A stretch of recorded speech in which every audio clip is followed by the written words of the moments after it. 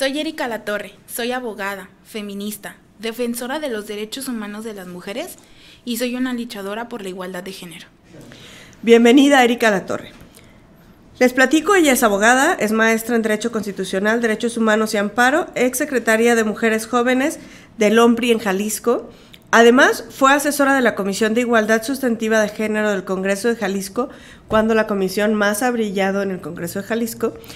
Y actualmente es la mujer más joven en ser secretaria técnica de la Comisión Edilicia de Derechos Humanos e Igualdad de Género en el Ayuntamiento de Guadalajara.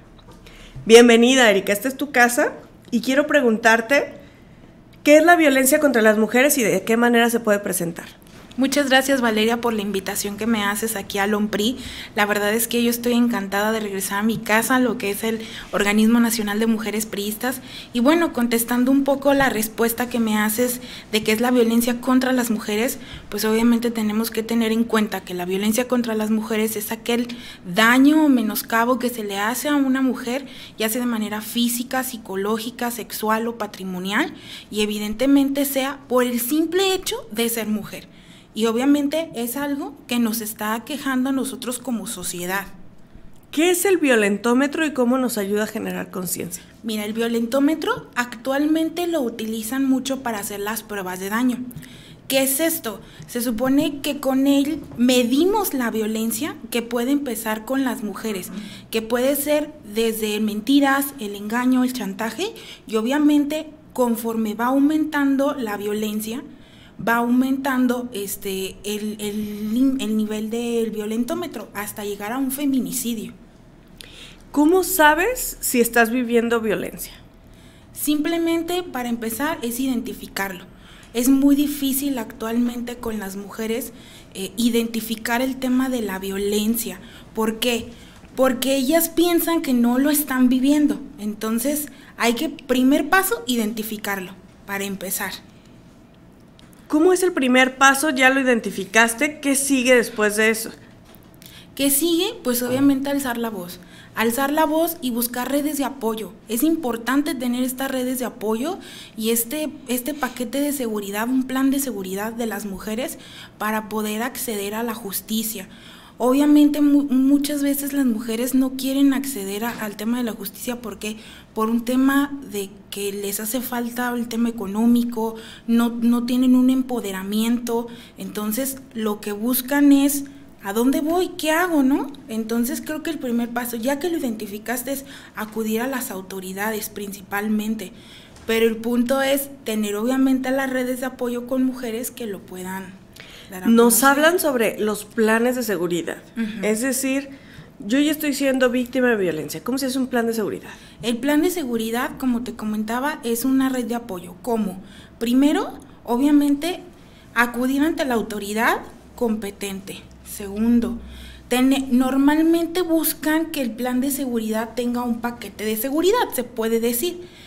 ¿Con qué lleva? Ubicar personas que te pueden apoyar. Hablar, obviamente, en caso de que tengas hijos, con las escuelas de los niños y niñas para saber que estás teniendo una situación y obviamente porque obviamente la violencia se transmite a los hijos, ¿no? Claro. Y pues obviamente tengan esa seguridad y pues también tener todos tus documentos importantes para que puedas acudir a cualquier lugar en caso de que estés sufriendo esta violencia. En caso de tener que salir de mi casa, ¿a dónde puedo ir? Dependiendo obviamente el tipo de violencia que estás viviendo, ¿no? Para empezar, si estás teniendo una violencia en donde literalmente ya tienes que huir de tu casa, obviamente actualmente tenemos varias autoridades a las cuales acudir y en esas autoridades tienen espacios que son refugios temporales para las mujeres. Actualmente en el Centro de Justicia para las Mujeres se cuenta con un espacio en el cual las mujeres pueden estar hasta por 72 horas. Sin embargo, de ahí te pueden enviar a otro lugar donde ya puedes estar hasta por 3 meses. y ahí te van a dar y te van a brindar todos los servicios para que tu mujer te sienta segura. Esto hablando de que es necesario que tú tengas que salir de tu hogar y no tengas como otra manera de poder estar más bien que no tengas como familiares con quien acudir, pues. ¿Qué hago si conozco a alguien que tiene este tipo de violencia? Yo creo que es importante saber que cuentan con tu apoyo. Es muy importante. Y obviamente, si tú no tienes el conocimiento o no tienes las herramientas para poderlos apoyar, pues obviamente es ver la manera de acompañarlos, ahora sean personas que sean especialistas en el tema, porque obviamente uno tiene la buena intención, ¿no? Claro. Pero si tienes la buena intención, pero si no sabes qué hacer o qué actuar, pues obviamente en ocasiones va a salir contraproducente. Claro. ¿Qué autoridades estatales y municipales intervienen en este proceso? En los procesos, ahí te va. Para empezar, vives violencia, necesitas acudir a una autoridad. Ahorita en Jalisco tenemos el Centro de Justicia para las Mujeres. Son 2 centros de justicia, uno se encuentra en Puerto Vallarta y otro en zona metropolitana de Guadalajara. Los centros de justicia, evidentemente, desde que llegan, pues tienen todo el tema de la atención para las mujeres, ¿no? Desde el primer contacto, el acompañamiento, ahí te pueden hacer tus pruebas de daño, temas periciales y demás temas, ¿no? Esto es en cuanto a los centros de justicia que se puede decir que son a nivel estatal. Además, también puedes acudir a los institutos municipales para las mujeres. Dependiendo del municipio, obviamente tienen diferentes facultades los institutos y tienen obviamente unos tienen un poco más mecanismos que otros para la atención de mujeres. Si yo te hablo del tema de Guadalajara, te puedo decir que tienen desde el primer contacto, un acompañamiento, tienen asesoría jurídica, psicológica, o sea, lo tienen todo, excepto el tema del Ministerio Público para levantar la denuncia. Pero ¿qué hace el instituto? Hace el acompañamiento hasta el Centro de Justicia para las Mujeres, y cuando hace el acompañamiento, él se encarga del proceso completo. Okay. Entonces, esos son como las 2 instancias a las que puedes acudir y obviamente tener como el asesoramiento, porque es importante eso. Ya con independencia de estas 2 instancias, también puedes acudir a la Secretaría de Igualdad Sustantiva, donde también en la Secretaría de Igualdad Sustantiva entre mujeres y hombres tienen una área donde también dan asesoría y acompañamiento, se llama el CREA. Y ellos también te hacen toda la asesoría jurídica que necesitan las mujeres para el tema de la violencia. Y a nivel municipal también pueden ir a las secretarías de seguridad pública. Sin embargo, tenemos un gran problema con eso, y es que no tienen a personal capacitado para atender la violencia. Entonces, ¿qué causan? La revictimización de las víctimas, valga la redundancia. Que es donde se tiene que trabajar muchísimo. Demasiado. ¿Qué es una orden de protección?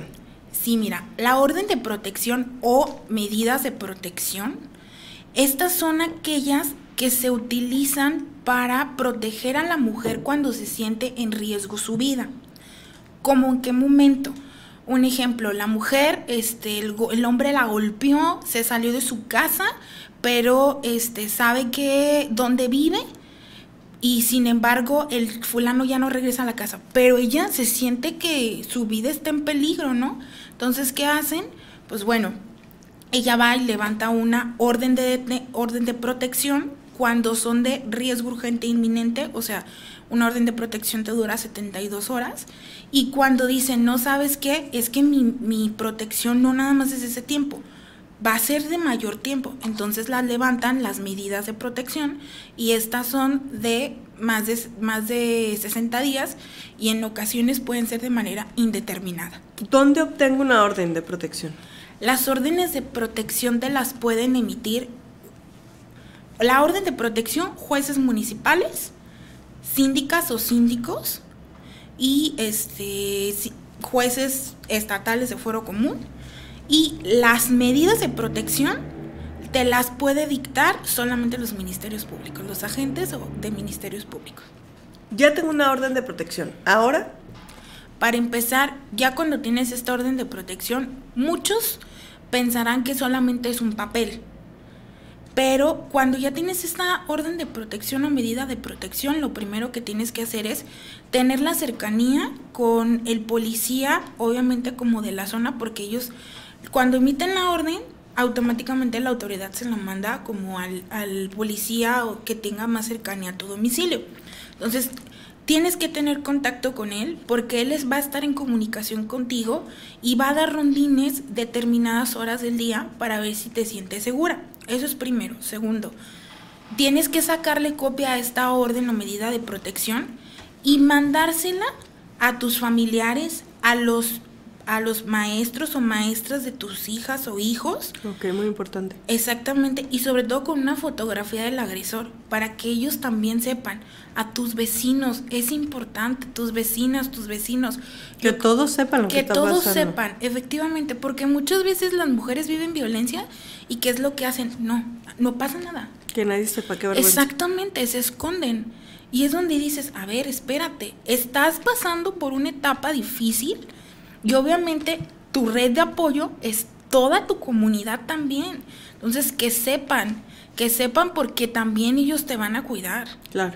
Entonces yo creo que es importante. Ya tienes tu orden, es lo primero que tienes que hacer. ¿Qué pasa si el violentador quiere acercarse y yo tengo orden de protección?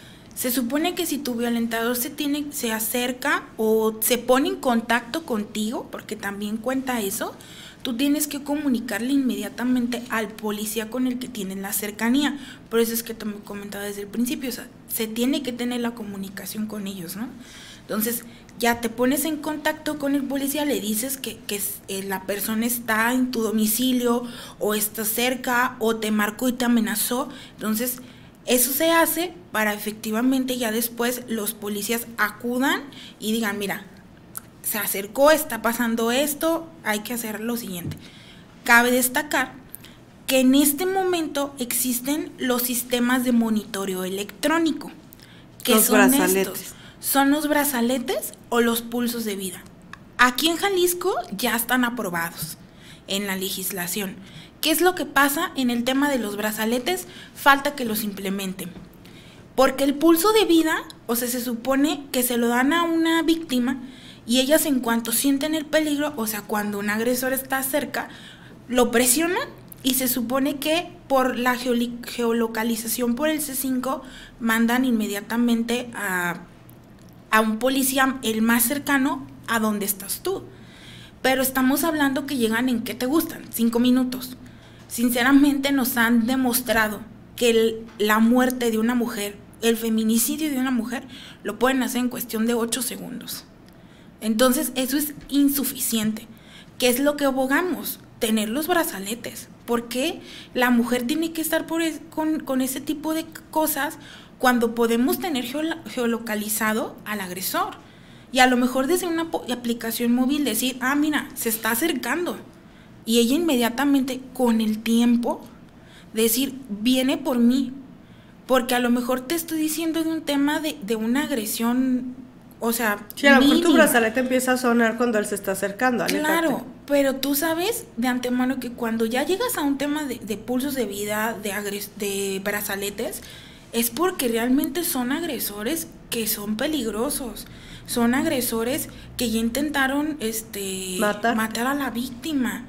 O que son violadores. O sea, realmente no podemos estar así. Sí, ni siquiera deberían estar afuera. Definitivamente. Tengo hijos de por medio, ¿cómo los puedes proteger?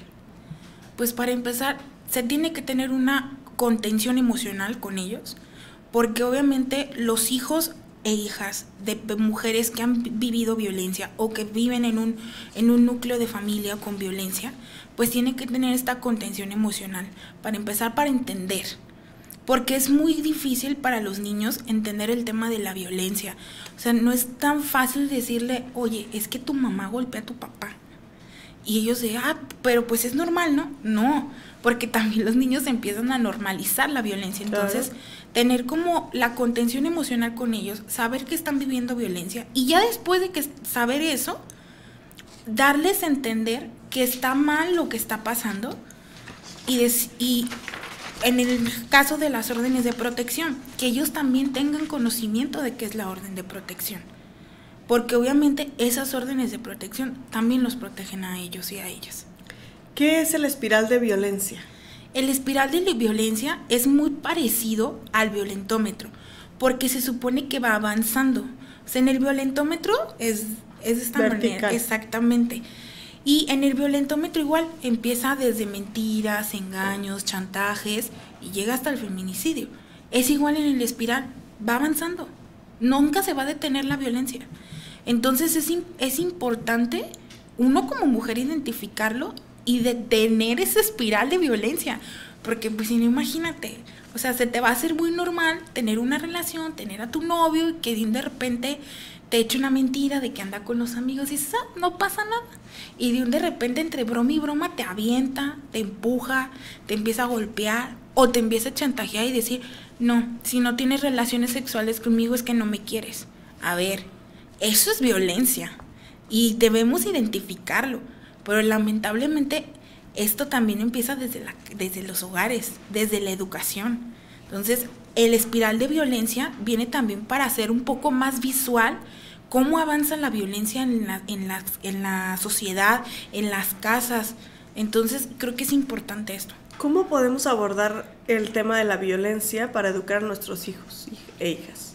Para empezar con una educación en temas de derechos humanos, para empezar con una educación con perspectiva de género, porque es importantísimo eso, y también para tener una educación en la que todas y todos seamos iguales, porque de lo contrario vamos a seguir creando hijos e hijas machistas y misóginos, porque sinceramente, o sea, yo te puedo decir, yo vengo de una familia machista, es muy machista mi familia, yo fui como el pilón. El piloncito, fue así como de la rebelde de mi casa, pues. Pero yo me doy cuenta de que si yo hubiera sido criada de otra manera, no hubiera tenido como tanta idea, porque en mi casa era de, si te sientas hasta que tu hermano esté sentado para comer, o sírvele de comer a tu papá. Dices, pero ¿por qué? O sea, a lo mejor son cosas muy simples, pero esto se va acumulando, y digo, yo si llego a tener una hija o un hijo, no pienso hacer lo mismo. Entonces yo creo que también, te digo, viene desde tener una educación en esas tres vertientes principales. Erika, vamos a ir a un juego de asociación. Yo te voy a decir lo que leo. Ay, sí. Ay, claro. Y tú me vas a decir lo que viene a tu mente. Claro que sí. ¿Qué pasa? ¿Te está bajando? Típico. Típica pregunta de los hombres. Tú lo escogiste, pues no ha cambiado. No, ni cambiará. Hay que aprender a escoger nuestras batallas. Así son ellos. No, ellos tienen que cambiar. Los hombres no se dan cuenta de lo que sucede en la casa ni con los niños. No es su naturaleza. Deberían de involucrarse porque es un trabajo de ambos. Debes luchar por tu matrimonio. ¿Por qué tienes que luchar por algo que se supone que tenemos que luchar ambos? Todas las parejas tienen problemas. Hay que ser más tolerantes.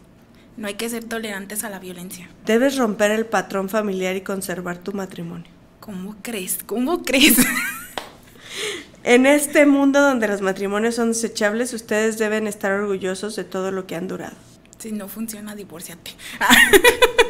Divórciate ya, no más. Para de sufrir. Erika, nos sentimos muy orgullosos de ti, muy orgullosas de ti, y espero que este sea el inicio de una carrera más grande donde podamos verte en cargos muchísimo más importantes, cambiando la vida de todas las mujeres. Gracias por acompañarnos. A ustedes, arroben a sus familias, a sus amigas, a todas las mujeres que crean que les puede interesar este contenido y que además lo estén necesitando. Y gracias de verdad por acompañarnos en todo este proceso de capacitación.